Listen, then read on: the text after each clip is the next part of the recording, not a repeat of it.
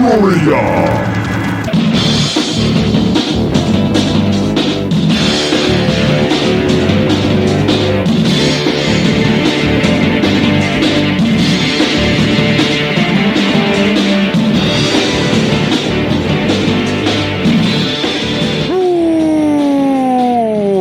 Welcome back, my friends, to the InObscuria podcast, a podcast where we exhume obscure rock and punk and metal, and we put them in one of three categories: the lost, the forgotten, or the should-have-beens. My name, Kevin Williams. That guy, Robert Harrison. That was kind of weak. Oh, there. It was another exploding beer. Yeah, we've got about 12 more exploding beers to get through before this case is gone. Every beer in your fridge. Every single beer. Well, it's the Miller Lights. Oh. Yeah, that whole case of Miller Lite was punted and dropped a few times before. It's the reason why it's free. It was free. We'll take it. Yeah, every time. How many beers have we done this now and had to clean up? Well, let me introduce the cleanup. Ronnie, James, DOG, clean it up. Clean it up, lick it up. I was just sitting there and you were all quiet. What are you doing? Ronnie, James, DOG. Lick it up. No, he knows that something else is coming down the road here. So I he's see. Gonna wait for greener pastures. I see. So should we Just a minute. Get that out of the way. Just get that out of the way. Okay. I've been thinking about it for the past 20 minutes. Because it may not make it over to my side, is what you're saying. Yeah, if you don't want it, I'll gladly take it. I may call an intermission during the show just to go get some more.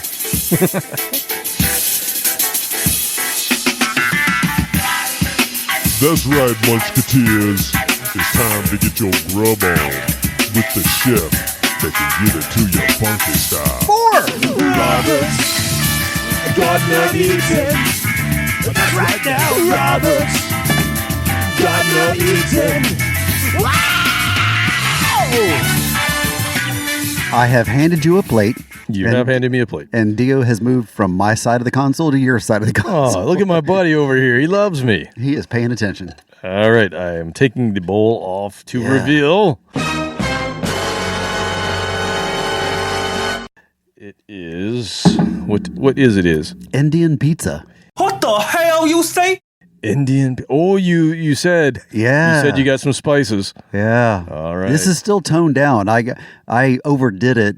Initially, easy to do. I almost died. It was that spicy. I almost died. To all of our Indian listeners out there, we cannot take your food. No, not at all. It was way too spicy. Takes us a while. I diluted it with other curry. So it's a curry sauce with chickpeas and English peas and onions and stuff and chicken. I'm going in. Yeah, but it's not that spicy. But I almost jazzed it up. I knew you could handle it a little bit more than I could. Yeah, I got some red curry paste that was delicious. This is amazing.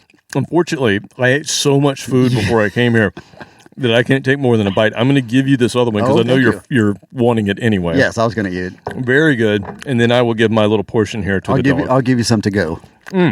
That is good. It's great for breakfast. It'll wake you up. I love curry. Yeah, no, I forgot how much I loved it. I was out of curry spice for the past 6 months, and a friend of mine brought me over an assortment. And so you're going to get a lot of that. Good. Yeah, but I'll make you the full throttle spice next time. Yeah, let's try it out. Let's just do a taste test. Yeah, I'll do the gringo version that I like, and then I'll do the full. Is that what they say in Indian? Yeah, Gringo? Yeah, gringo.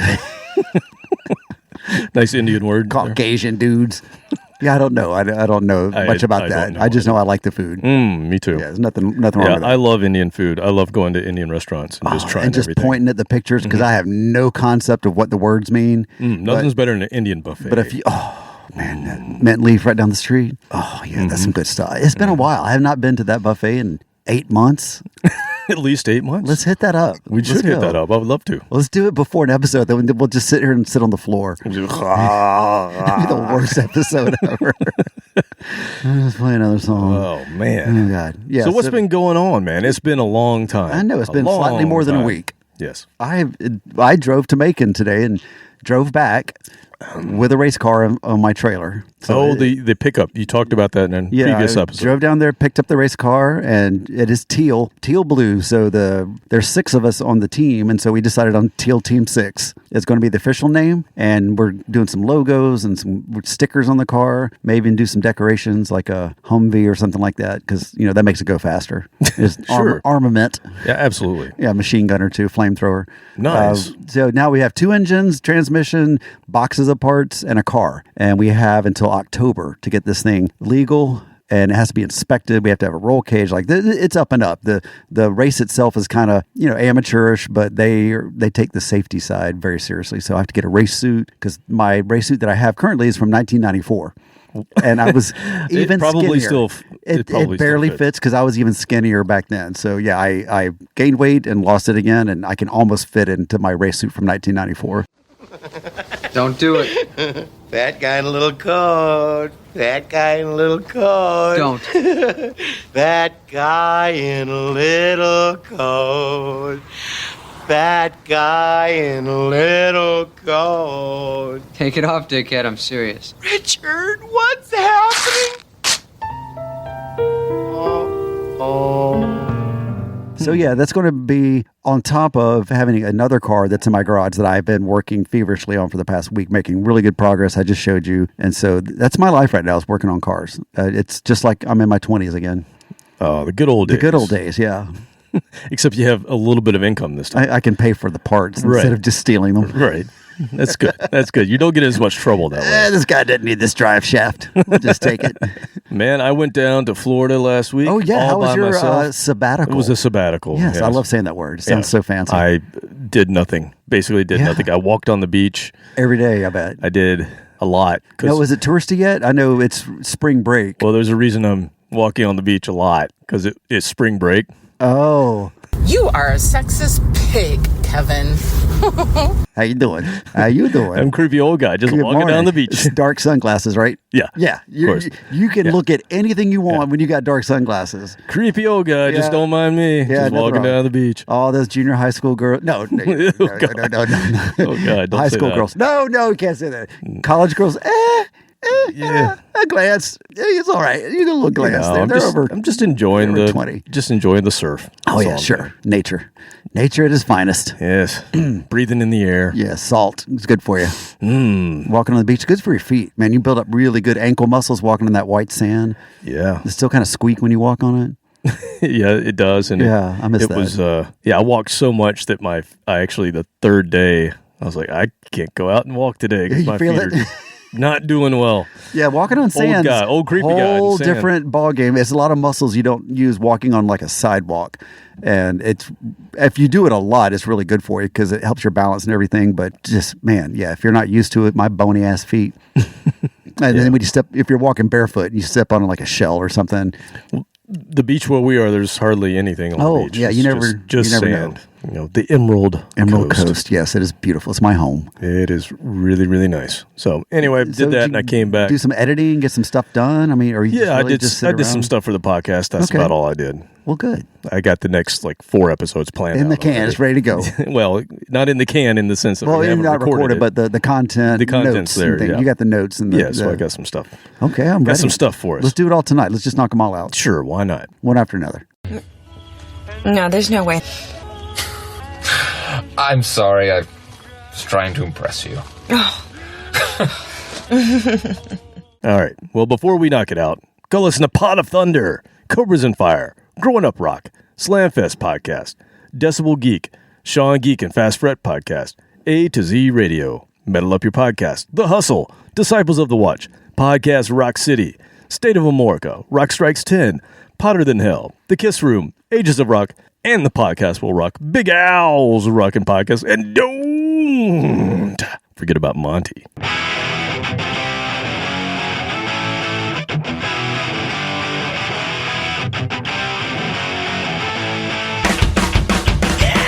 Hey, this is Monty Colvin from Galactic Cowboys and Monty's Rockcast, and you are listening to the amazing InObscuria podcast. Rock on! Oh, who's that? Monty. Monty's Rockcast. And congratulations to Brad Rustoven, our friend, for 300. Yeah, 300 episodes. 300 episodes. Slamfast podcast. All right, come visit us, InObscuria.com. Like us, share us, Facebook, X, Instagram. Call ahead if you're coming by, though. Yes. Don't just show up. Call now. In our last episode, Robert, you and I were discussing No Doubt, the band. Oh, yes. Which led to stories about when you first moved to Atlanta and how you were listening to that music, and then how our paths crossed in that decade, and it led us to form a band and all the things that we did in the 90s. Hearing loss. All that good stuff. Lots of drinking and debauchery. Liver damage. Good times. Anyway, it gave me an idea. Okay. So I brought my shovel. Do you mind if we go out back and dig up this week's show? Are you cool with that? It depends. I've got my fescue is looking quite lush this time of year, so I'm not happy about that. Are you talking about? No. Is it off to the side? Way like in the back. Oh, the back. Yeah, way in the back. Yeah, that's just swamp back there. All right, so we're going to do a quick pause, and then we will resume outside to dig this up. Take the mics with us. Take everything with us.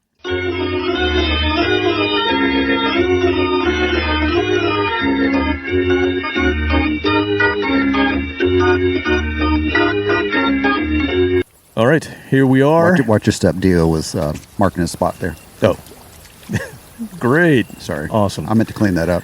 All right, well, let me, I'm going to start digging, and I think we'll get this week's episode here. There's a lot of rocks there. Wow, I didn't realize you had so many rocks. That's where I was throwing all the rocks that I dug up elsewhere. Yeah, that just doesn't work. Okay. I got something better with that. Okay, what do you have? I got a magnetronic hole expander 151. Oh, shit. Yeah, not a 150. It's Black & Decker. Yeah, see that? Power tools. Ooh, what do we have here? It's a box. All right, well, cut that thing off. I'm going to get down here and unlatch it and see what we have.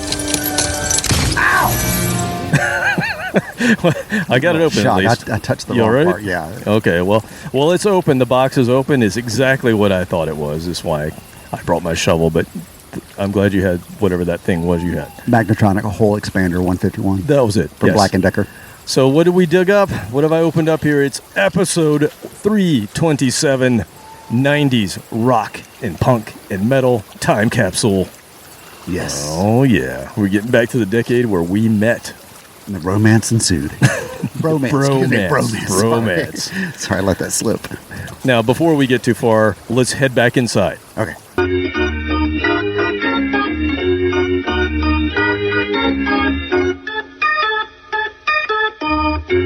We are back inside now. Before we move forward with this, let's make sure we hear from the Ministry of Diabolica to make sure that they are okay with what we're about to do here today. I'm going to go wash my hands while we do that.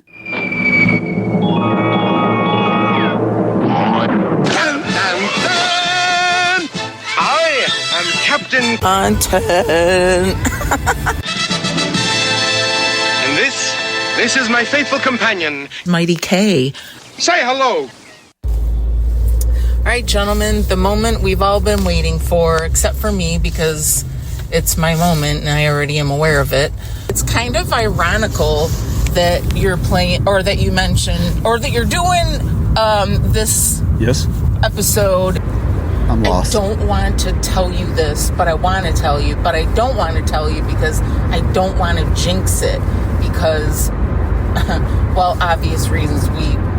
Anyway, no jinx.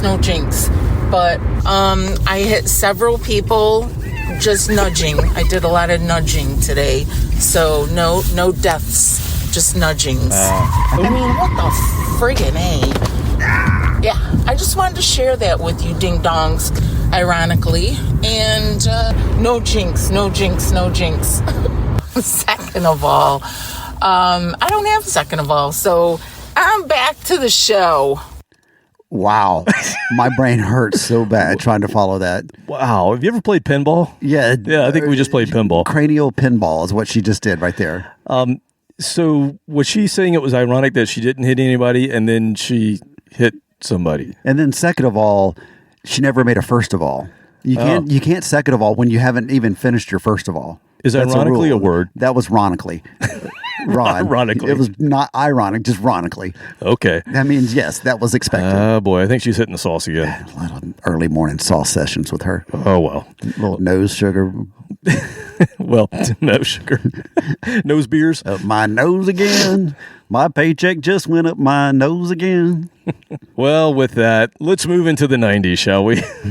There was some of that going on. A little bit. Yeah. A lot of heroin, though. That was the stuff we didn't touch. That's true. No. Thank God. You and I did not even know anybody. Oh, God, no. I think later on I'm sure we've talked about this, but like after the fact, we look back and said, yeah, that person probably knew somebody. But in the moment, neither you or I don't think you knew anybody that could get heroin. Like if we wanted I had to no get it right desire there- to even ask. Well, no, I didn't have desire, but I'm saying if for some reason we did, we didn't even know. No. Now I wouldn't know where to even good beer, start. lots of friends. Yeah, lots of weed. Maybe a little Coke, but not. Yeah, I had a few friends that were probably could have gotten some of that. I had a few friends that quite often were doing Yeah, I that. know your friends back then. You knew my friends. Oh, jeez. Yeah, that was the limited edition. That was when the friends. weekend started on Wednesday. Yes. I don't think those friends made it very far. But no, like the hard stuff. You and I did not hang around with people. No. Like now, yeah, I probably could, which is odd at this point in my life. But back then, when you really were more likely to do it. When you're in your 50s, don't do any of that stuff because that is just certain death. No, I do ibuprofen. There you go. And I know where to get that. That's it. That's the extent of my drug habit right there. All right. And the metformin for blood sugar. Well, that's actually leading well into our first band. Drugs. Because our first band's name is Sugar Tooth. Oh, just the drip. Yeah, so this is a band that I discovered in college, and actually almost everything you're going to hear today is stuff that I discovered in college in this way that I'm about to explain. Okay. I would go down to, when I was in Clemson University, I would go downtown to a little downtown area, and we had a place called Manifest Music. Mm-hmm. And I would walk in there, and they always had this wall of featured CDs. And I'd look at the featured CDs, and they had little write-ups beside each of them. They took the time. Anything that was featured, they did a little write-up. And it wasn't AI back then. It was not AI. It was somebody with a marker. Yeah. It was handwritten. And then I would go through and I would spend, anytime between classes, I had time between classes, that's where I would go and just, I can still smell it. Smell the vinyl or the cassettes. It were CDs mostly. That's right. Mostly You're CDs. younger, so it was CDs by then. We're talking, early 90s. And anyway, I would go in, and if it wasn't something that had a write-up, if it was on the feature section and you wanted to hear it, all I had to do is just take it up front, and the guy would put it on for me because he knew I was going to buy. Yeah, this guy's a sucker. Yeah, this guy buys all the time. I make so much money off this dude. But yes, so this is a band that I found actually not while I was still in school. This is when I went back because the first 2 years that I was out of college, I still wound up back at the college town quite a bit. I would go to football games. I still had people that were friends that were going to school there, so I would end up going back on the weekends. Because you have friends of different ages, and not everybody leaves at the same time. Yeah, I'd go back and hang out with them. And this is the case where I went back in 1996. I graduated in 95. I went back and I picked this band's second album off the wall. Never heard of this band before, but they had a write-up, and I thought, you know what? I'm going to try this out. And it was just a 3-piece on the CD on the cover. And I thought, cool, I'm into power trios. Let's see what this sounds like. And this is a band that formed in the early 90s in LA and originally featured Dave Fortman on guitar, but he left to join Ugly Kid Joe prior to them recording their first album. And so the guy they had as a singer at that time, his name's Mark Hunter, he then had to pick up the guitar, and he became the second guitarist and kind of main songwriter and singer. And by the time I picked up their second album, he was the only guitarist left, so they were a power trio. And I'm going to play from the second album because that's the one I picked up first. Clear as mud. Clear. Okay. This band also featured a very famous drummer named Joey Castillo, who went on to play with Danzig after he left this band, Queens of the Stone Age, and then last year we saw him playing with Zach Sabbath. He was the drummer. Damn, he went heavy. Yeah. I never picked up their first album until much later, but they were signed to Geffen's DGC label, which is the same label that Nirvana was on, and they received a very big endorsement of what made or broke you. What the hell you say? What could make you or break you. Yeah, that's what I was going for. That makes more sense. In the 90s, which is Beavis and Butthead. Oh my God, that's right. So Beavis and Butthead liked this band, and therefore they sold a few more of their first album than I think they would have otherwise.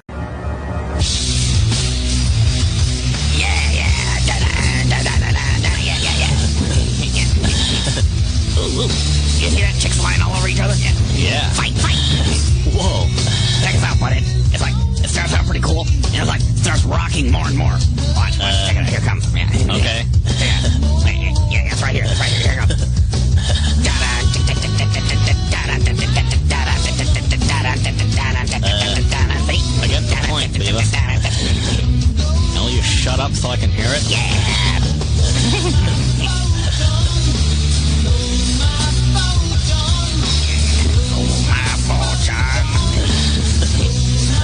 Hey, buddy, what's a photon?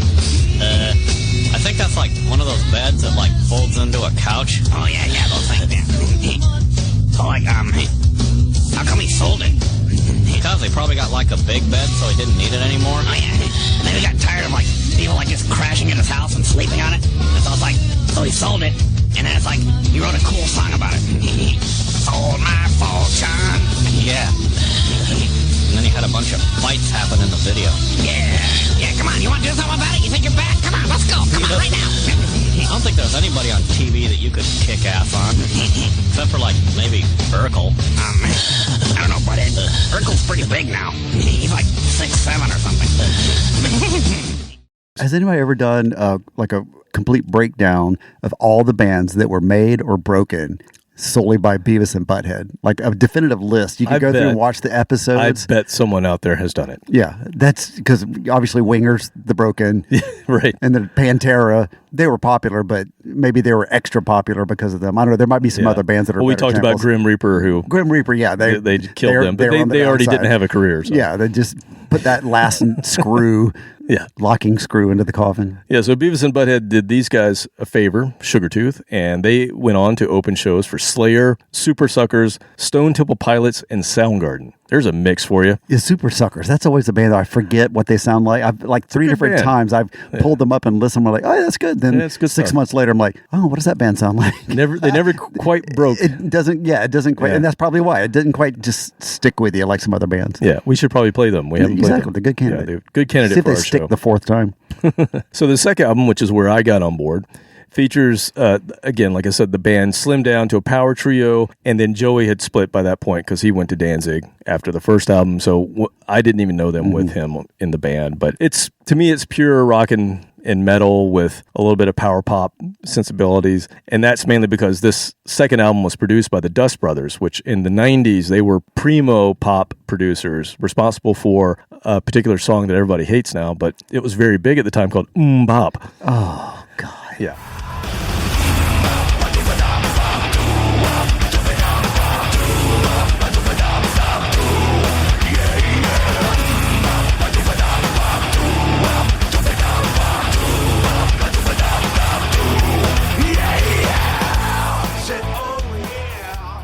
So they got produced by the Bop guys. To be nameless. Let's just keep it that way. And I think the second album, because of that, it was very different than the first album. I didn't know that. I'd never heard them before. But I like the second album. It was my introduction, and it's kind of funky. It's like I said, it's all those things heavy, but yet still has some pop sensibility. So I think it's very cool. The other thing that they did is the Dust Brothers used part of a song that they recorded during that session and gave it to Howard Stern for his movie Private Parts. Do you remember this movie? Oh, yeah, absolutely. I never saw it in the theaters, but I've seen enough. Oh, I saw it twice in the theaters. Enough clips of it that I've seen most of it, I think. Yeah. So they didn't get credited. So if you look at the soundtrack, they're not credited on there. It's credited as Howard Stern and the Dust Brothers because Howard Stern basically has a talk track over the so instrumental. It's not it is Sugartooth playing. Yeah. But they don't get any credit. He's talking over the song. He's talking over the whole thing. It's the very last song on the soundtrack if anyone wants to go check that out. They broke up after that album was released because, again, it was kind of considered too much of a departure from the first album. But I didn't know that, and I love it, and so we're going to play it. And I just looked up just to see whatever happened to these guys, and I didn't realize it, but they actually got back together in 2023 and released another album called Volume 3, which I've already picked up, and it's very good. So with that, we're going to listen to some Sugartooth from 1996. The name of the album is The Sounds of Solid, and this song is called Frisbee.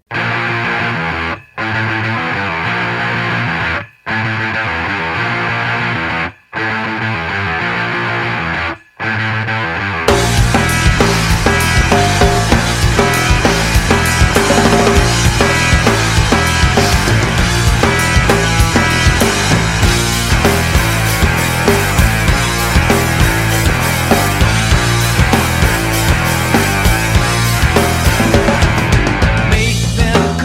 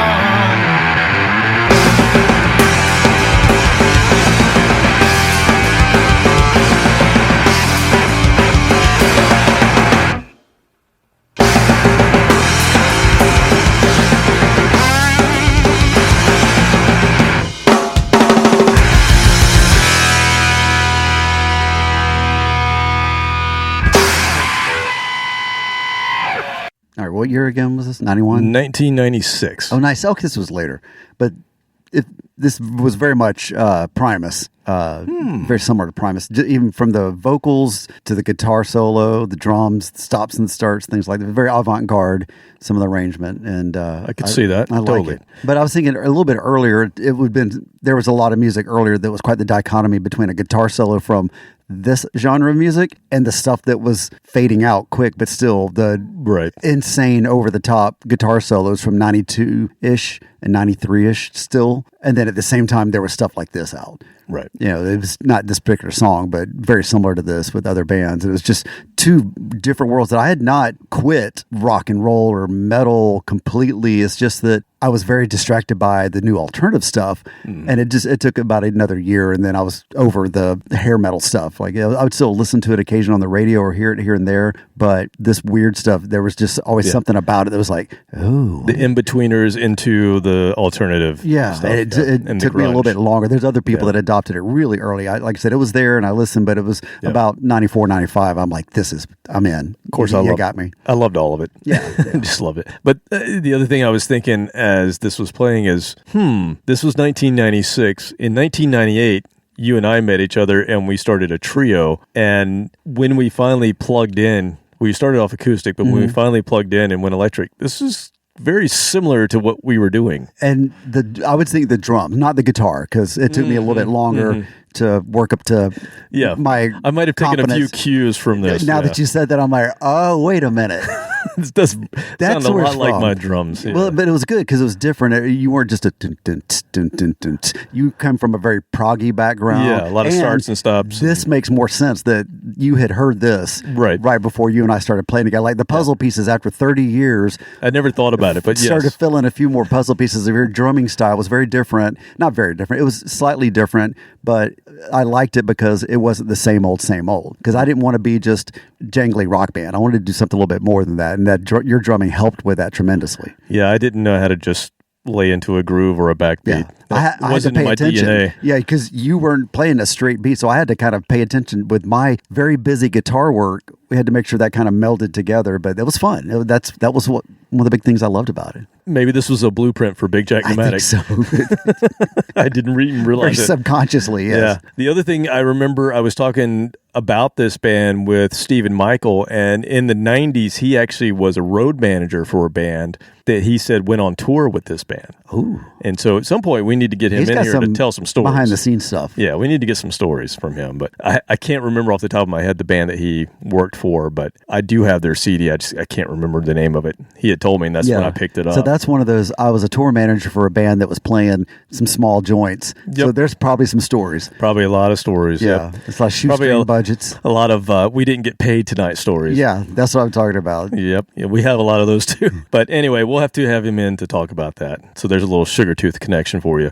Okay, up next is a band that we have dedicated 2 episodes to already, but I want to play my very favorite song by them, and this came out in 1990. This helped usher in the 90s for me, from my perspective, and this is the song that got me into this band, and it was based on me hearing it for the first time on a little late night MTV viewing as I'm sleeping on the fold-out couch bed at my grandparents' house. Oh, how cute.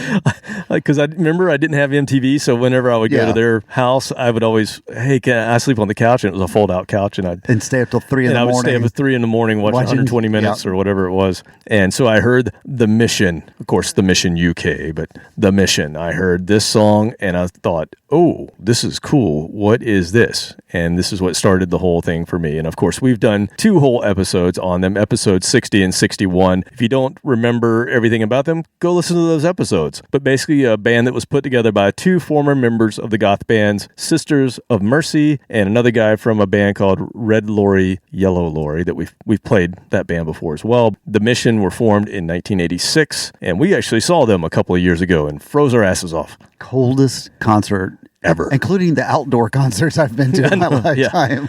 It was an indoor show and still froze our ass off. Yeah, we've talked about that a lot. But this song is off of Carved in Sand, which is one of their bigger albums that they had. And it's kind of the one that broke them in the States a little bit, which is, that's the reason I heard it, because it was being played on MTV in 1990. And it reached number 7 on the UK album chart and did fairly well in the US, but didn't get that high. So they were a bigger band in their home country. But I'm going to play this song. We played off of this album Into the Blue on episode 60, but this is my absolute favorite. So here's the Mission UK with Deliverance.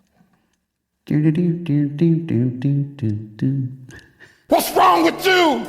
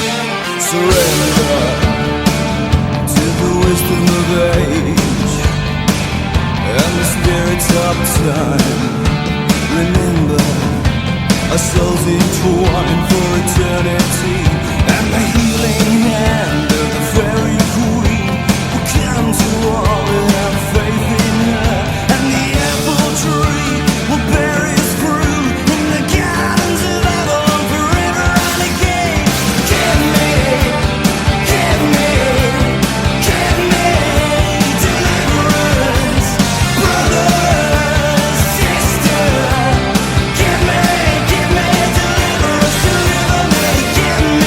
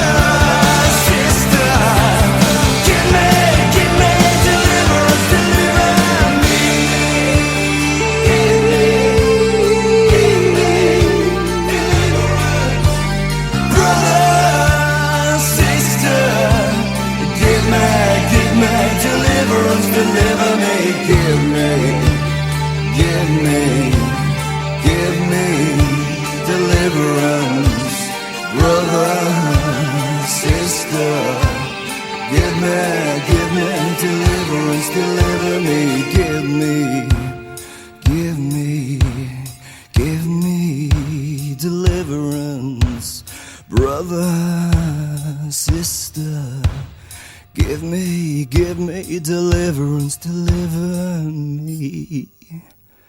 You know, I'm pretty sure I haven't heard this particular Mission song, but that gothy sound, it just has that familiarity because we've done so many Goth-tobers with 6 now. Did we do one the first year? No. So 5 we did not. Goth-tobers. At least, yeah. We talked about them a lot. So yeah, there's just that warm, fuzzy feeling of Gothtober here in April. And we're in April now. 2 episodes dedicated to the Mission as well. Yeah. And we went to see them, and we saw Sisters of Mercy. Yeah, so it's we've talked about them a lot. Yes, and they're prominently featured here on the banner. Probably below the table, but below the table, but it's big font. It's there. Yeah, big logo there. But yes, love this band. That song started it all for me, and it's the goth, but it has enough rock to it that that's what got me. Because I'd heard The Cure, I'd heard that sort of poppy goth before, but until I heard this, I had never heard anything that rocked as much as it was goth. Yeah, and this one was more, let's say, serious goth versus some of The Cure can get a little silly and playful. I mean, that's what they were good for. They had some sadder stuff, but then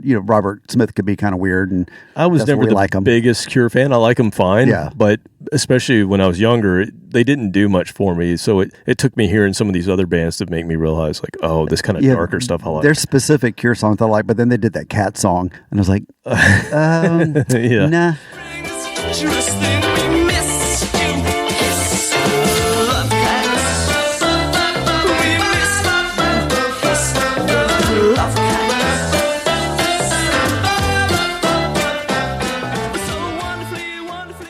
Nah.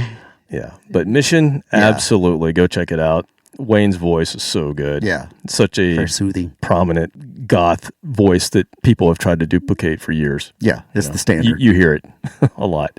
Okay, next up in the box here, we have an album that was introduced to us by our buddy and Instagram dancing sensation himself, Mr. Ken Oberly.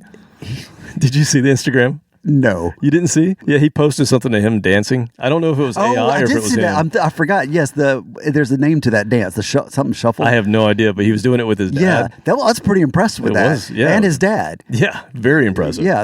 In their 90s. I don't have that kind of coordination. His dad and his twin. Yeah. Which is amazing. They're both still alive in their 90s, so good on them. Yeah, they can cut a rug. That was pretty awesome. So if you know Ken Oberly, he's been on the show before. He was our buddy. He was in our band. He's also happens to be the current drummer for Blackberry Smoke. But, that's, just a little thing. A few people have heard of them. Yeah, they're doing all right. Anyway, he introduced this band to both of us when we met him back when everybody called him Sweet.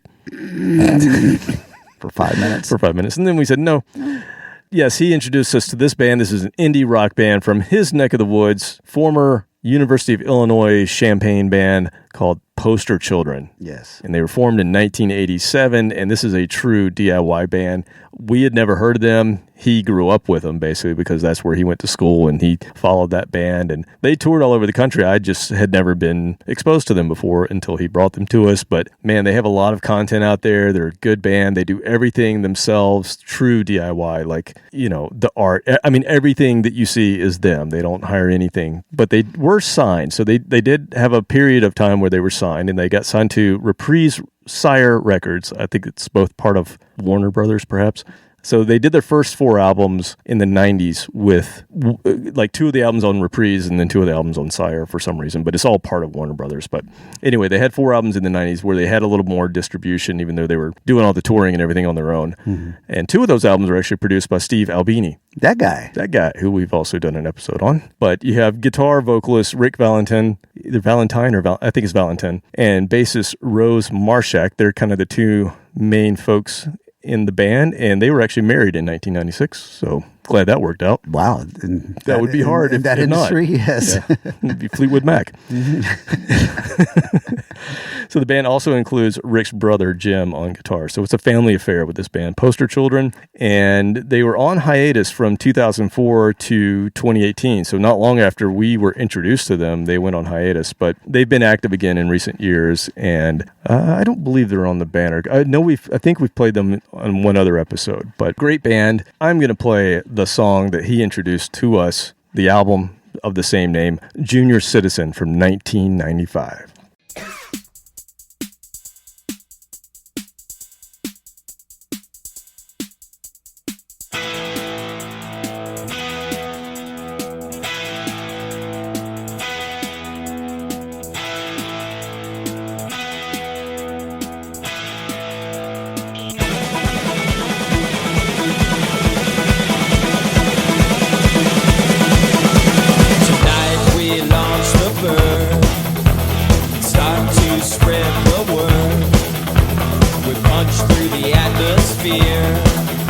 USA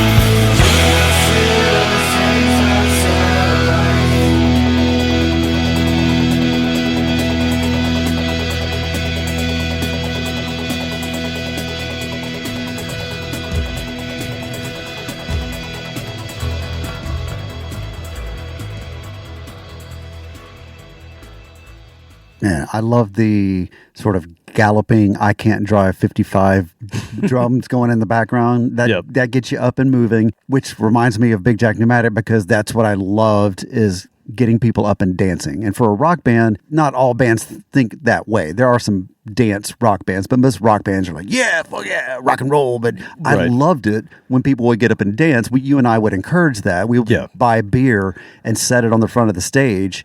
And hey, free beer if you come up and dance. Free swill. Yeah, and we would have front row seats to beautiful women gyrating right in front of us. Yes. And it was great. And I had to really work to pay attention to what I was supposed to be doing, what I was getting paid for, because it was easy to get distracted. But that kind of fun rock, that, once again, very familiar with what we did. So I like it, obviously, and I can't believe we've waited till this long, 6 years into the podcast, to talk about them. I know we... Well, no, so I did look up, because I do believe we played them before, and I did find when we had Kent on, we had Kent and Rob Hammersmith. Okay. So we did talk about this. Was one of the drummers that Kent loved growing up and gave him a lot of inspiration. So, but it on makes our drummers sense, episode, listening to this band, if he really liked them, then he heard our CD that we sent, or we sent him. We sent him, and then I could see why he made that connection from them there. to, like, hey, I like this too. So yeah, because this was they were like Pixies but more fun. Yeah, exactly. It was fun. Yeah, it just had a good vibe to it. Yeah, and I love this band. I can't believe that I had never heard of them until he introduced us to them. But we probably heard this song a million times in the band van. Driving to St. Louis. Mix CDs back. That was a good day. You had a good supply. He had a supply. I don't know if Brandon ever contributed to that. Maybe I'm not sure. I don't think so. Probably not. Yeah. But yeah, so we had hours and hours to sit in that van and listen to good music. Yeah, this reminds me of being on tour. That was the original podcast. You know that. You're right. The ride to and from the gigs, we would sit and talk about music, and that's where the podcast originally came from. And even sometimes if we didn't like the venue, or if we didn't want to hang out in the venue, we would go sit in Moose. Yeah, we had a backstage. We would play music and hang out and talk anywhere music. we went. We had a backstage that was cleaner than their backstage, which is not saying a lot. Yeah, great band, and if you're cool, you call them Poster Kids. Oh, see, letting the cool kids know. Yeah. Poster Kids. Yeah, Poster Children, great band. Go check them out. Okay, next up is a song by a band that I faxed a request to 99X back in the day. So when I got my first job in Atlanta, I was in this, I was a graphic designer, and I was in a big room with 3 packaging designers, because we worked at a not even company. Cubicles. No, this is just a big room. We had corners of the room. I think I remember seeing it one time. I think I came to visit. Yeah, and because we were doing stuff with cardboard, basically corrugated, so we would have to make mock-ups and things, and so we needed the space. And anyway, we would listen. We had a cheap, somebody's old sound system that we put up, like an old stereo receiver and speakers, and we would listen to 99X all day long, much to the dismay of the older guy, Bill, who also worked in there with us. The rest of us were all of the same age. We were all, freshly out of college for the most part. He was probably 95, 96. He was probably only 40 years old. He was only, but he was the old guy. When you're 23, 24, that's old dude. Right. So he would have to put up with, I remember the one he hated the most that used to come on a lot was Blues Traveler. He could not stand, he's like, what the hell is that sound? I'm like, it's harmonica. Odd, because that's kind of a classic bluesy sound. He hated that harmonica playing. He's like, what?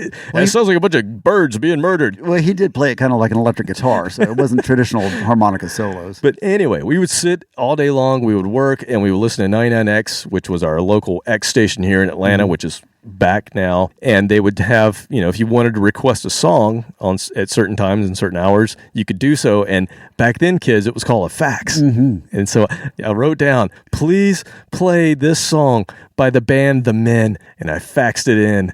And they played it, and I got so excited. I thought it was the greatest song ever. And I first heard this song the summer after my freshman year of college. That'd be 1992. I heard it on the radio in Charlotte, and they played it all summer long that summer. And I thought it was the greatest song. It was so good. And I guess it did pretty well, because it actually, I looked it up, it hit the Billboard mainstream rock charts, peaking at number 8. So that's pretty damn good. And I went out and I bought the tape by this band, The Men, and I listened to it, and I'm like, well, they only have one good song. that was what you did back then because you didn't always have a way to preview. Yeah. So you and I both spent a lot of money on one-hit wonders. The preview was what you heard on the radio. Yeah. That was your preview. And yeah, I could not get into the rest of the tape, but God, the guitar tone on the song that we're about to play is my favorite guitar tone I've ever heard on a lead. This lead just rips, and there was nothing like this on the rest of the album. Like, I have no idea why this happened. It's the same effect that all the hair bands experienced when they would release a really good power ballad, and people all the would buy the moms. album, and then Extreme and Mr. Big, they all Saigon fell for it. Kick. Saigon Kick, Kicks, all those bands. You're right. It was their downfall. People that heard that and thought that's all they want. Yeah, and nope. You're right. That was the only one you're going to get. Yep. So this is a very short-lived pop rock group from Santa Monica, California. They had 2 dudes and 2 dudettes, and they called the band The Men. Ha ha ha. Yeah, I gotcha. One-hit wonder. Definitely a one-hit wonder because this is the only thing they put out. Jeff Scott, the guitarist who's ripping in this song, he did go on to continue to play throughout the years. He has a band called the Jeff Scott Group, who's actually, I think, still around. And he ended up doing songs for film and TV, which I'm sure paid pretty well. Oh, yeah. You get a couple of good placements and you got a mortgage right there. He has songs on Sons of Anarchy, Vampire Diaries. He had a song on the short-lived 2019 version of Beverly Hills 90210 when they tried to bring it back. Oh, I know that. That was the last time they tried to bring it back. To me, yeah. Yeah. At this point, they're too damn old. I didn't watch it the first time. Yeah. Oh, was it the same actors? They tried to bring it back. Like, no, they're too damn old. Beverly Hills 90210 old. Didn't go over, did it? They're all talking about their sciatica and Social Security. Like, there was no way that was going to complaining work. about teenagers. But I'm sure he got paid. Yeah, so that's all that matters. Yeah, so this band, the Men, they had their one release, The Men, in 1992. There's another band from Brooklyn that came out, call it 12, 14 years ago, that was also called The Men, who have a bunch of albums out as well. So if you go out and look for this, just look for the song. Don't try to look for the album because you're not going to find it. It's too hard because there's too many other bands called Men or The Men. At work. There was At Work as well. Yeah, these men aren't working. These are just the Men. Yeah, they're retired now. But this song, Church of Logic, Sin, and Love, I love this song. Love it.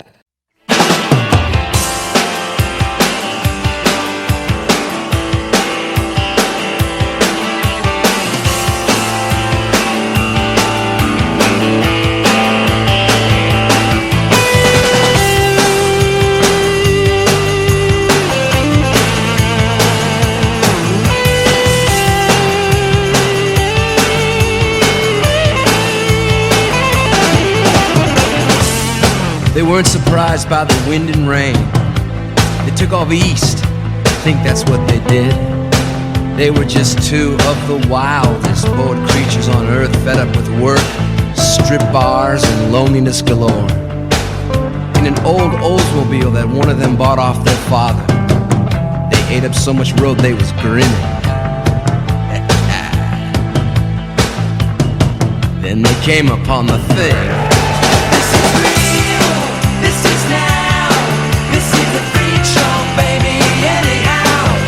Church of logic, sin and love heals the curious magic soul.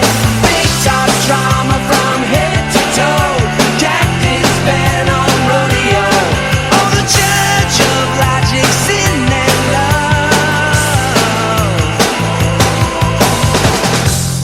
love. 2 hours later, they decided to stop at a diner because they just loved the smell of eggs and coffee. I just had to smoke a cigarette and wear a hat. By the time that they set off again, the sun was starting to set. It made the sky look red like a nuclear ray. One of them said, "What do you want more than anything in this whole wide world? Do you want money?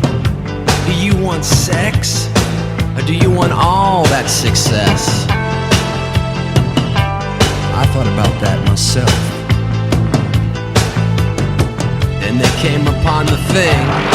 This is real, this is now, this is a freak show, baby, anyhow. Oh, the Church of logic, sin and love heals the curious magic soul.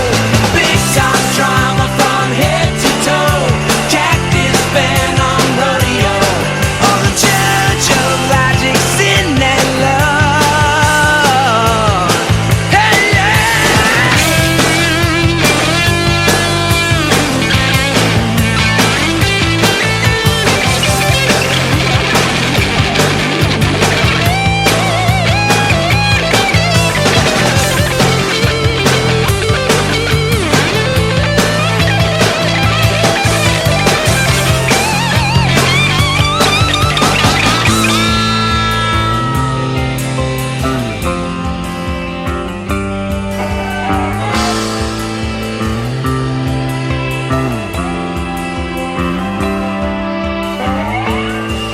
Anything ahead 60 miles, do not miss. Not for the squeamish or depressed, not for the unbelievers truly obsessed. Something you just don't want to miss. It's the kind of place where space explorers could have landed around 1963, when Kennedy was in Life magazine and everything was aquamarine. Aquamarine.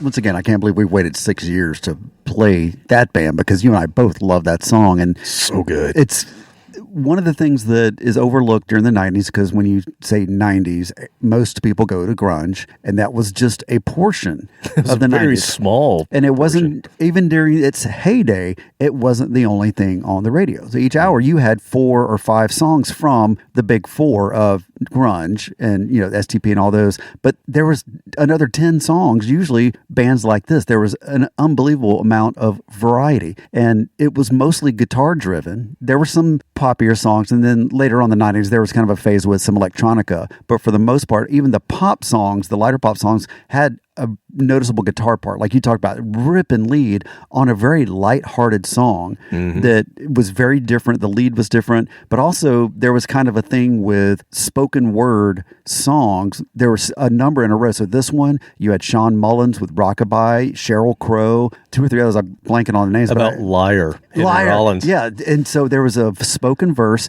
a very Velvet Underground from the 70s. Oh, yeah, very Lou Reed. Came back and, you know, with a vengeance. And so that was kind of a popular thing to do, which I loved. Once again, it was different. It was a break from the same, listen to rock stations before that. Yeah, I love everything about this song. Like, I consider this band sort of an in-betweener band, even though the rest of the album was pretty light. But this song had some more balls to it. It bridges that gap between the 80s and the 90s so well. And everything was aquamarine. I love and then that. repeats it, aquamarine. And we know what he's talking about because we're of the same age, and we remember when we look back at our parents' photos, what do you see? You see this green tint to every single photo that's out there from that time period. And windows were tinted, and then you had aquamarine fixtures in your bathroom, and that was just a popular color. And people are going to look back to this era and go, wow, what beautiful shades of white you had everywhere. White. White, everything's white. I thought that was going away, no? Slowly. Still I'm trying. Believe me, I'm trying. So it's all going to go the exact opposite. Everything's going to be black. I think I've gotten rid of, I have the last 2 houses. Yeah. 2 houses ago, I painted it almost black. I couldn't bring myself to painting it black. The designer was like, no, paint it black. So I went with the darkest charcoal just to say I didn't paint it black. It's what Mick Jagger said to do. Exactly. Blacker than black. So yeah, it's slowly, the pendulum is swinging back the other way where we have color. But Aquamarine. It's poetry. It was a poem written to music. And once again, listening to songs these days, old man talk now, you know, you don't get that, man, did you hear the lyrics to that song? Wet ass. I'm like, yeah. Well, the other thing, so we're 4 songs in, and while all of these songs have a lot of production, you know, layers of guitars, there's still a ton of space in all of these. There was a lot of space in that song, a lot of breath that you could, you know, in between all the things going on. That's what makes it powerful. When that guitar comes in with just that chord, and then he starts ripping the lead. And the lead might not have been as impactful if the whole song was loud and upbeat. Exactly. But you had that long wait, and the build up and anticipation, and all of a sudden it rips into an awesome lead. He had to just be cranked to 10 on that thing. It sounds so good. He probably been wanting to do that. And somebody somewhere was going, no, don't do it. And this song, look, fine. On this one song, we'll let you do it. Well, if you hear the rest of the album, I feel like he played the rest of they recorded the rest of the album first, and he was like, God, I just need to get unleashed on something. Just let me have this one song. Let me do one thing. Yeah. And he did. He cranked it up. Love it. Love it. But a one-hit wonder for sure. Don't even worry about getting the album. Yeah. Sorry, guys, if you're listening. But that song, killer. Yeah.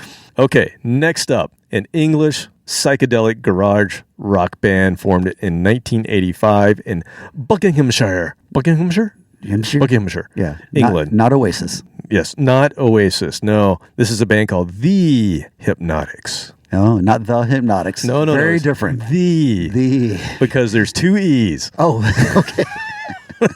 I thought it was because they're from England. No, it's The Hypnotics. And this was a band when I first heard them that they're kind of out of their time.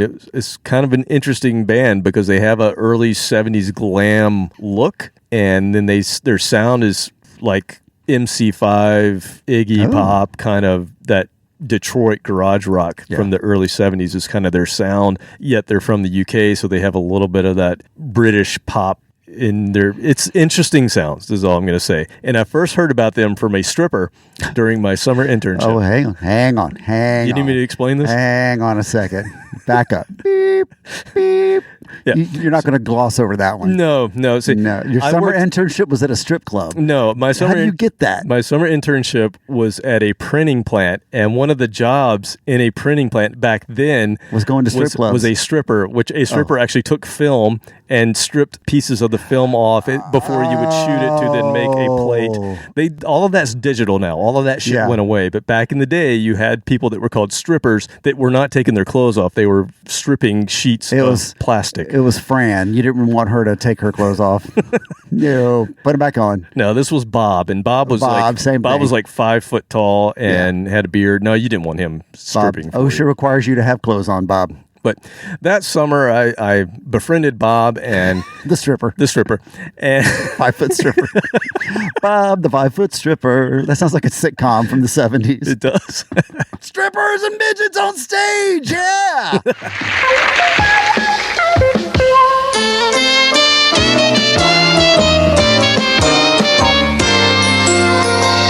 Come and knock on my door. Hi, I'm Bob, the 5 foot stripper.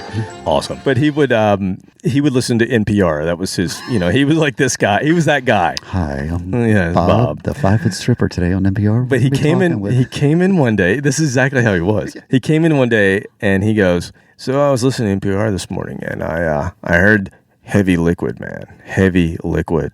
I was like, okay, is that a band? Is that from 3 Mile Island? What is that? Sounds radioactive. He said, no, man, this is amazing. He's like, I never told you, but back in the day, I saw Hendrix live. And so he was telling me the story about when he saw Hendrix open for the Monkees.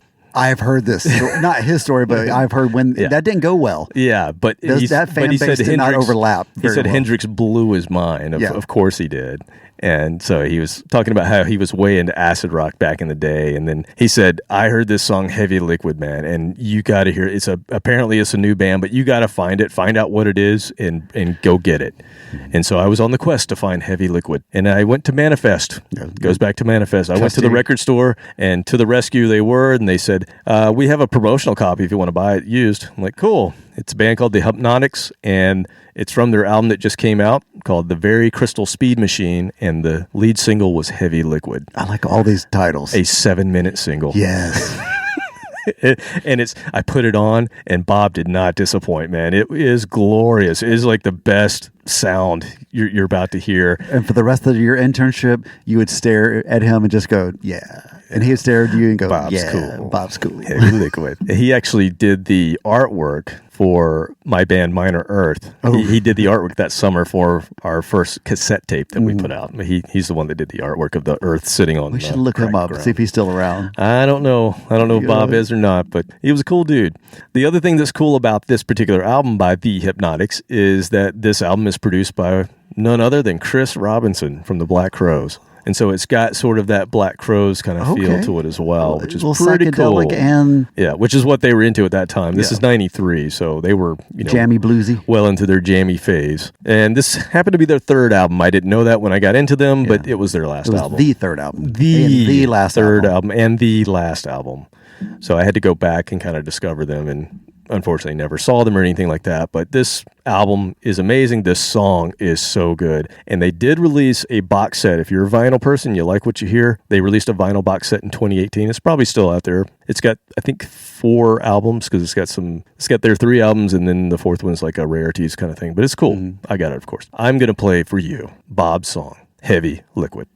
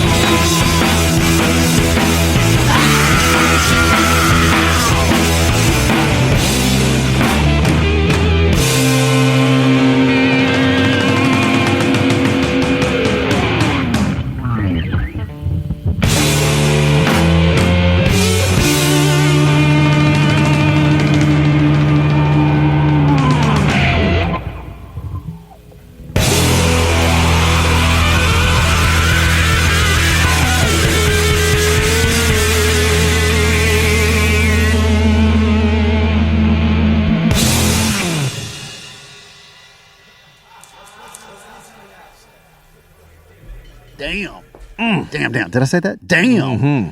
It, once again, I've never heard that song, but it is familiar because somebody else had a lot of success around the same time with that same exact sound. Mr. Lenny Kravitz. Yeah, I had a feeling you were going to say that. Yeah, Yep. but he had... But he didn't quite jam it out like No. this. He kept short and sweet. He did live, though. Yeah. He would extend things live to Damn. like 10 minutes. Because I saw him Sexy back in man. the 90s. Yeah, so Mr. Cool himself. Yeah. Yes. But yeah, that was a jamming ass song. Oh, it's so good. I bet Heavy Chris blues. Robinson was just toking it up. I was going to say, that control room, how much of a haze. You couldn't even see the band through the It was glass just window. purple. Yeah, just purple. You could smell it. I love That's what's that familiar. song. Thanks, Stripper Bob. Yes, thank you, Stripper Bob. Never forget you, man. All right. Next up, an Orange County band from the 90s. Must be a punk band, right? What do they for? They did mix a little bit of punk in with their funk and prog metal. What you talking about, Willis? No, that doesn't work. Yeah, this is an in-betweener band. We've actually played this band on one of our in-betweener episodes before, and that was episode 133. The name of the band is Mind Over 4, and they're somewhere here in the banner because we played them before. But on that particular episode, we played something from their 1990 album called The Goddess, but I was actually introduced to them in 1993. And how did I find out about this band? Stripper Bill. No, not Stripper Bob. No, Bill. He's a different stripper. Oh, different stripper. Yeah, No. He was 5'1". No, I was recommended this band in 1993 by Toe Cutter. What the hell you say? Part of the job again? He was the metal dude at Manifest Music. Oh, I just called him Toe Cutter because he had a band. He gave me a tape of his band. Like, hey man, this is my band. He was huge. Of course. Big dude. He was the drummer. Record store dude from The Simpsons. Yeah. Or comic book dude. Same thing. But he was like good old boy. Yeah. Okay. He's like, here's my band, man. This is Toe Cutter. I still have that tape. Maybe we'll play some Toe Cutter at some point. Please. I beg But I just called him Toe Cutter because I didn't know his name. You can't just throw that out there. I went in like, hey man, what you got? Give me something good. And he had recommended, like, I want to say it's around the same time he had recommended Caius to me. Oh, and that's how I found out about Caius. Yes. And I really love that band. And so he's like, I got That's this. how I found out about Caius was from you. Right. Caius, not Kiss. No, different band. If you're from South Carolina, that's how it's pronounced. Kiss. Like, I already have Kiss, man. You got that one, man. What else? No, he recommended this band, Mind Over 4. He's like, you're going to like it because I know you like that other crap. proggy shit. Get out of here with that. We keep that in the back. You're the only guy that's ever come in and bought Emerson, Lake and Palmer in the 90s. Yeah, that was not the height of progginess. Yeah, so anyway, he gave me this band, and the guy singing is Spike Xavier. Fantastic name for this band. And he moved to bass on their last album, which came out in 95. So here's another band I got into in 93. I got this album halfway down, and then they only put one more album out, and then they're done. Son of a bitch. But this guy, Spike, was actually asked to try out for Anthrax. Because if you remember, in the 90s, Joey Belladonna left. Yeah. And they had to replace their singer, and this guy tried out, but he lost out to John Bush from Armored Saint, who actually took that spot. How long was John with him? He was with him at least 1, 2, 3 albums. Yeah, I figured it was a while. Yeah, I think 3 albums. So I think he made it through the end of the 90s. Yeah. And then they didn't, maybe longer than that, actually, because they didn't get Joey back until the 2000 teens. And then Fleetwood Mac named their album after him. Somebody will correct me. What'd you say about Fleetwood Mac? They named their album after Joey. Yeah, sure. I think the chairman will tell us he'll explain how long John was in the band. He has notes. Yeah, he'll correct us. So just go to Facebook to get the actual and see us get completely embarrassed. Yes. I just don't have that off the top of my head, unfortunately. Damn, a 4 would have been nice.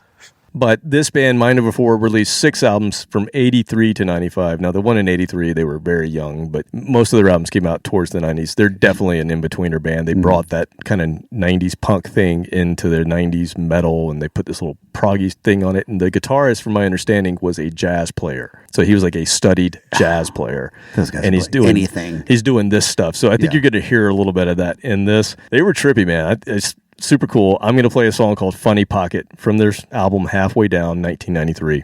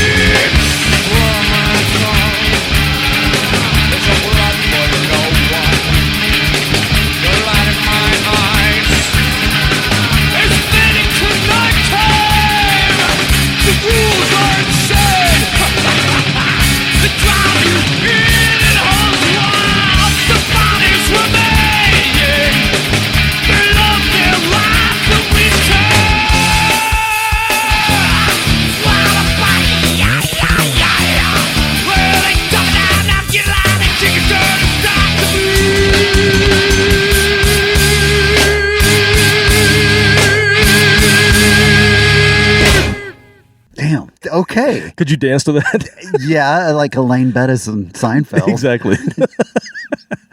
But this is the kind of stuff that I love because I've never heard this, but all the 90s playlists, the 90s stations, XM, Spotify, all those, you're never going to hear, and not specifically this song, but there's so many bands out there, and we've played a lot of them tonight, that don't get that nostalgia brought back up again. Hey, let's play that, where, you know, a lot of the hair stuff, it seemed like we've had more years now to go back, and they've played the same hair metal, so they have to dig up a few more bands. But with the 90s stuff, they're still playing just the big four and then the alternative stuff later on in the decade. But stuff like this, that nobody's doing this. When you hear it for the first time, like I did tonight, it's just, you know, wow. Frantic. Yeah, it's very just frantic. Yeah, that was part of what made the 90s fun. It was just weird. There was a lot of weirdness. You never knew what you were going to get. No. And that's what I loved about this band, Mind Over 4. Check them out. I remember that, I can't remember the name of the album, but there is a Pantera album. On the inside or on the back cover, one of those, you will see Phil wearing one of their t-shirts.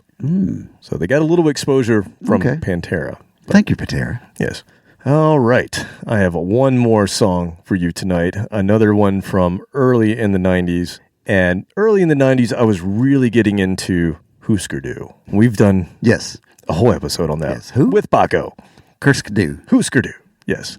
I was really digging Bob Moole's voice and getting into Sugar around 93 or so. I was a later bloomer for Husker Du. It came later on. Yeah. Probably when this podcast started. And Captain Ryan told me how much he liked them, and I started paying attention. I had heard them in passing, but then with this podcast and with Captain Ryan, I started paying attention. Liked them a lot more now. Yeah, for me, they were already done, but for me, it was after their last album came out. And there was a girl that introduced me to them, and I really liked them a lot. Is that the only thing she introduced you to, Kevin? Well, it was Connor's girlfriend. Oh, so yes. Well, okay. It's the statute of limitations. It's okay. It's been 5 years. You can say nobody's going to hear this. All right. So anyway, 1992. Moving on. Uncomfortable. Upward. Let me get it back to my grandmother's house. That's where we're going. Okay, back to grandmother's house. Okay, back to grandma. Yeah, different. My other grandmother. I was at my other grandmother's house. How close were they? Like distance wise? Oh, 4 hours. They were. One was in North Carolina. The other was in South Carolina. But yeah, 4 hours apart. But Yeah. Anyway, I'm at my other grandmother's house, my mother's mother, and this was the summer of '92. So Did she have MTV? She did not have MTV, but I just happened to be eating lunch, and I don't remember where they were. I was in the house by myself, and I had the TV on, and it was, I don't know, it was a local station, actually, and it was not MTV, but they were some local show, and they were playing videos of bands of the time, and they played a video from this band, and I thought, damn, is that Bob Mould? Is that Husker Du? And it wasn't. It was this band. And the Husker guitar, Don't. It was Husker Don't. Yeah, this singer, Bob Reed, he looks like D. Boone from the Minutemen. So he's got, he's a bigger dude. I don't know that. But he sounded just like Bob Mould from Husker Du. And it's a band called Overwhelming Color Fest. They're right here on the banner. Right there. I can't read that. That typeset is... No, you don't like that? No, the kerning is way off. Well, anyway, this is 1992. Grunge has just started to explode. Everybody's starting to get, Pearl Jam and Nirvana and Soundgarden and everything. While they sounded like Husker Du, their music sounded a little more grunge, so I just considered this band a grunge band. We actually played them on our first grunge episode, but we didn't play this song. So I want to play something off the same album, but I just remember hearing this band and thinking immediately like, oh, this is my new Husker Du, because Husker Du were split up at that point, and I had not yet heard Sugar. They weren't out yet. Yeah. So I thought, great, I've got a band to replace the sound that I love so much from Husker Du, and that's what I kind of thought of Overwhelming Color Fest. And this first album that they put out was produced by Butch Vig. Same guy that did Nirvana and Sonic Youth. The Vig. And then he went on to do Garbage, which was complete garbage to me. Not our taste. But he did this first album for Overwhelming Color Fest. They obviously did not get big, unfortunately, but to me, that summer, they were part of the mix of all those other bands, I was into and people were discovering for the first time. So they recorded 3 albums and split in 1996, but this is from the first one, and 1992, just put your head in that time frame, and this is a song called Arrows.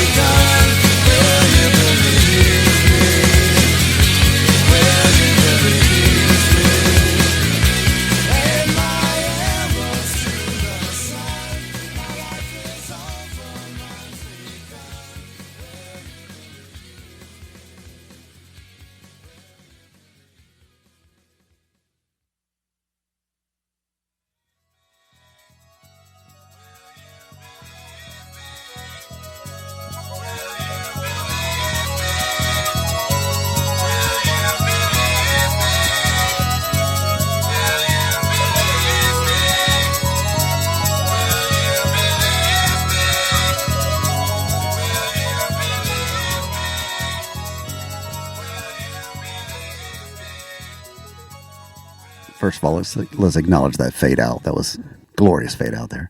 But this sounded very much like what was on college radio at the time at 92, which is why I've never heard this because I didn't listen to college radio at the time. But college radio became the mainstream. That was overwhelming. Color Fest. That was a rocking song. It's really rocking. I was bouncing around the studio here when we played that. I think I knocked something over. Just had the flat lines on. Oh, wait. I'm sorry. I've got narcolepsy. I passed out for a second. Oh, college rock. Oh, yes. Lovely. Butch Vig produced. It hasn't changed. No, it hasn't It's changed still at the all. same DJ that's about to die on the verge of death for 30 years. So very moldy. Yes, In right? a good way. The good mold, vocals- like blue cheese. Yes. Good mold. The vocals are so close, and it completely fooled me at the time. Yeah, I can see that. If you like this, then you like this. Exactly. Yeah. And got a little less Husker Du sounding with the next album. Yeah. But by the time they got to the third album, I didn't even realize that was out. I knew about the first two, and I didn't even realize about the third album until 10 years later. They just, unfortunately, just didn't go anywhere past the first album, really. I guess there was a traffic jam when Nirvana hit and all the record companies made that transition to looking for even with the Butch next Vig. thing. Yeah, even with Butch Vig, there must have been a long line of other bands vying for their attention. But definitely, if you like what you hear, definitely check out the first album. The second album is worthwhile. Also, the third album, honestly, I haven't spent enough time with it because I only got it like 10 The years verdict ago. is still out. We're still waiting on the jury. 10 years ago, I got the album, but I haven't listened to it that much. Don't rush it. Don't rush I'll it. get Kevin. to it. You'll I'll get to it. Next, We'll probably get to it. Your as next well. sabbatical. Exactly. Well, that's what I got for you, man. A 90s smorgasbord. Very Just for educational. you. Lots of bands that, I was around at the time and somehow missed those, and it's fun hearing them for the first time. You think so? Yeah, yeah. It sounded familiar, but, I first time we've played them here on the podcast. Surprise, motherfucker. Hold on. I just got something from the staff. Oh. You know what? What? These are the same songs we played in episode 1. April Fools. You son of a...